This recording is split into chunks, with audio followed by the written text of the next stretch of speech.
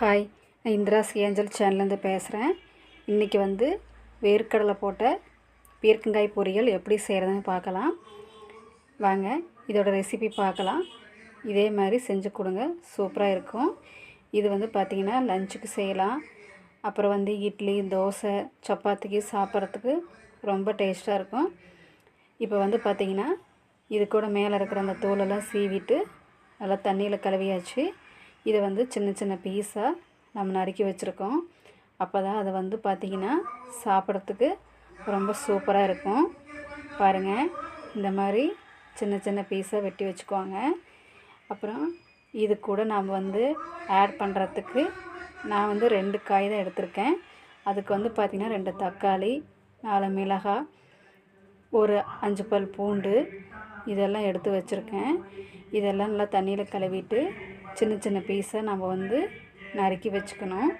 அப்போ தான் வந்து பார்த்திங்கன்னா எண்ணெயில் நல்லா வணங்கி வரும். ஏன்னா பெரும் பூண்டாக இருந்தால் இந்த குழந்தைங்களாம் அதை வந்து ஒதுக்கி வச்சுட்டு போயிடுவாங்க.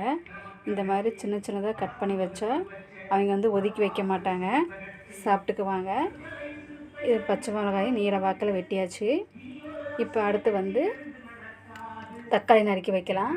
தக்காளி இதே மாதிரி சின்ன சின்ன பீஸை நம்ம நறுக்கிக்கலாம். இப்போ வந்து பார்த்திங்கன்னா எல்லாம் கட் பண்ணி முடிஞ்சதுக்கப்புறம் நம்ம இப்போ ஒரு பேனில் எண்ணெய் காஞ்சிட்ருக்குது. எண்ணெய் காஞ்ச உடனே நம்ம கடுகு, கொஞ்சம் நம்ம கறிவேப்பிலை எல்லாம் சேர்ந்து ஆட் பண்ணிக்கலாம். நல்லா எண்ணெயில் பொரிக்கிட்டோம். இது பொரிஞ்சு வர ஸ்டேஜ்லேயே நாம் கட் பண்ணி வச்சுருக்கிற க்ரீன் சில்லியும் பூண்டையும் சேர்ந்து நம்ம ஆட் பண்ணிக்குவோம். இது வந்து நல்லா எண்ணெயில் வதங்கணும். அந்த பச்சை மிளகாய் வந்து எண்ணெயில் வதங்கி வரும்போது அந்த காரம் வந்து குறைவாக இருக்கும். நாமளே சும்மா மென்று சாப்பிட்டா கூட நமக்கு அந்த காரம் அவ்வளோவா இருக்காது. எண்ணெயிலேயே நல்லா வந்து வறுபட்டுரும். இப்போ பாருங்கள், நல்லா எண்ணெயிலேயே வணங்கிட்டுருக்குது. இந்த ரேஞ்சில் நம்ம வெட்டி வச்சுருக்க பீர்க்கங்காயம் அது கூட சேர்ந்து நம்ம நல்லா வதக்குவோம். இதுவும் நல்லா வணங்கி வரட்டும். அந்த பூண்டு மிளகாயோடு சேர்ந்து வணங்கி வரட்டும். ஒரு 2 நிமிஷம் அந்த பச்சை வாடை போகிற அளவுக்கு நம்ம வதக்கலாம். இது நல்லா பார்த்திங்கன்னா அந்த சுருங்கி வரும். அப்போவே வந்து எண்ணெயில் நல்லா வணங்கிருச்சுன்னு அர்த்தம். இப்போ இந்த ஸ்டேஜில் நம்ம வெட்டி வச்சுருக்கிற 2 தக்காளியை ஆட் பண்ணிக்கலாம். இதையும் அது கூட சேர்ந்து நம்ம நல்லா வதக்குவோம். ஏன்னா அந்த தக்காளியும் நல்லா அந்த காயோடு வெந்து மசிச்சு வரணும். அப்போ தான் வந்து நமக்கு சாப்பிட்றதுக்கு அந்த கிரேவி பதத்துக்கு வரணும்.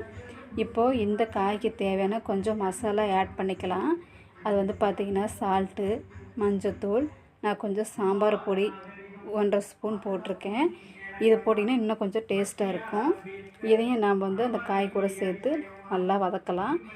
நல்லா வந்து எல்லாம் சேர்ந்து அந்த காய் கூட மிங்கிள் ஆனதுக்கப்புறம் நாம் வந்து ஒரு 1/2 சொம்பு தண்ணி வந்து இதில் ஊற்றி வேக வைக்கலாம். ரொம்ப நேரம் வேகணும் அப்படிங்கிறது கிடையாது. ஒரு 5 நிமிஷம் வந்துச்சுன்னா போதும். ஆல்ரெடி எண்ணெயில் நல்லா வணங்கியிருக்குது. அதனால் ரொம்ப நேரம் வேகிறதுக்கு தேவைப்படாது. இப்போ பாருங்கள், நல்லா வந்து தண்ணியோட மிங்கிள் ஆயிடுச்சு.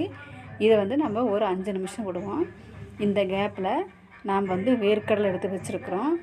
இது பூரா தோல் நீக்கிட்டு மிக்சியில் போட்டு அடித்தா தூளாயிரும். நான் இந்த குழம்புக்கு வந்து ஒரு 100 கிராம் போல் வேர்க்கடலை எடுத்திருக்கேன். இப்போ பாருங்கள், நான் வந்து பவுட்ரு பண்ணிட்டேன். இப்போ நல்லா குழம்பு வெந்து வணங்கிருச்சு. இந்த ரேஞ்சில் அந்த பவுட்ரை நான் அது கூட ஆட் பண்ணுறேன். இதுவும் ஆட் பண்ணி நல்லா வந்து ஒரு 2 நிமிஷம் 3 நிமிஷம் வந்து அந்த காயோடு சேர்ந்து மிங்கிள் ஆகணும்.